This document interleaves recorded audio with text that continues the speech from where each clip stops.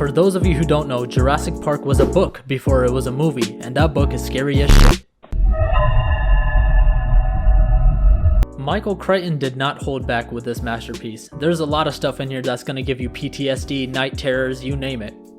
Once you finally muster up the courage to read this novel, you'll figure out it's actually quite different from the movie. There's a whole lot of plot points and characterization changes made for the film. For example, your boy John Hammond. He's a complete 180. He's like a totally different character in the book.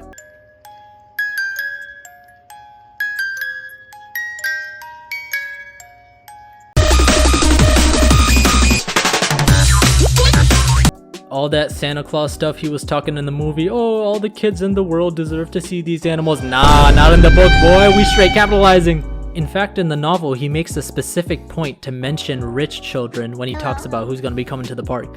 So yeah, he's pretty unlikable in the book. But do not worry, because he takes his L's.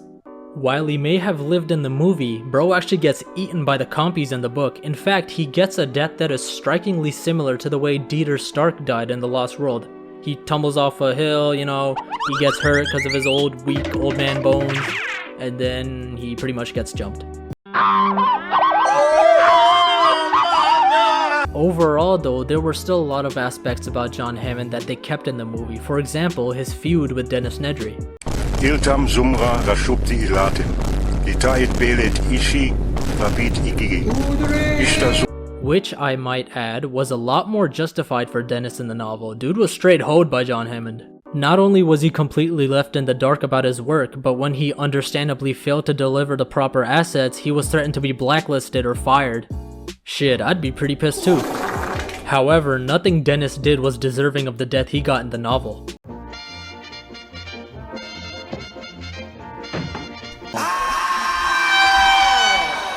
Dude was straight torn apart, and his head was bitten up, and his leg was chewed through. He didn't deserve that. Another character that met a pretty grisly end was Dr. Wu himself. When the raptors escaped and everyone was running for their lives, my boy was over here having an epiphany.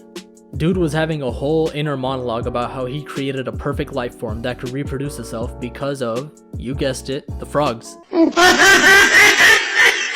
His ego and his big brain was getting a little too much even for the raptors, so they decided to tear him open too.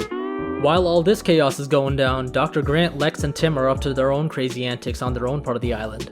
I mean, that T-Rex is their biggest off, bro. They go from a raft to a lake, and they go all the way down a waterfall with that T-Rex still in hot pursuit. It don't go down. No, it don't. Oh yeah, and Mr. Arnold gets a full death scene in the novel as well. After spending most of the novel being annoyed with Nedry and trying to fix his code. You didn't say the magic word. For the love of God! For the love of God! Please! Damn! Damn! He goes outside to start the power just like the film. However, a raptor finds him and jumps on top of him, digging its claws into his chest.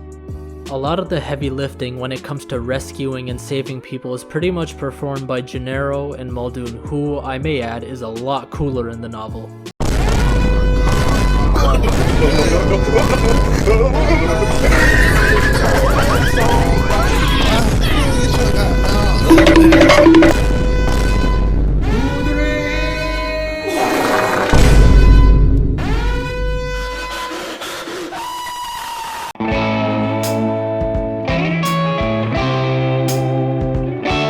Muldoon himself is no slouch either. While it's worth noting that in the movie he's played to perfection by the legendary Bob Peck, he does die even though he goes out with an epic one-liner. However, in the novels he lives, and not just that, he's out here shooting T-Rexes and blowing up raptors like god damn! There's a lot of other character differences in the novel, such as Dr. Grant having a pretty cool Kratos beard, and he already loves children, not like that.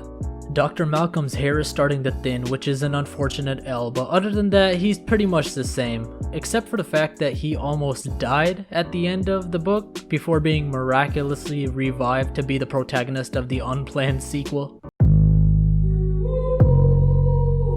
Oh, and at the end of the novel, they pretty much just firebomb the entire island, killing everything there, so there go your hopes for a Nublar-based sequel in the novel universe.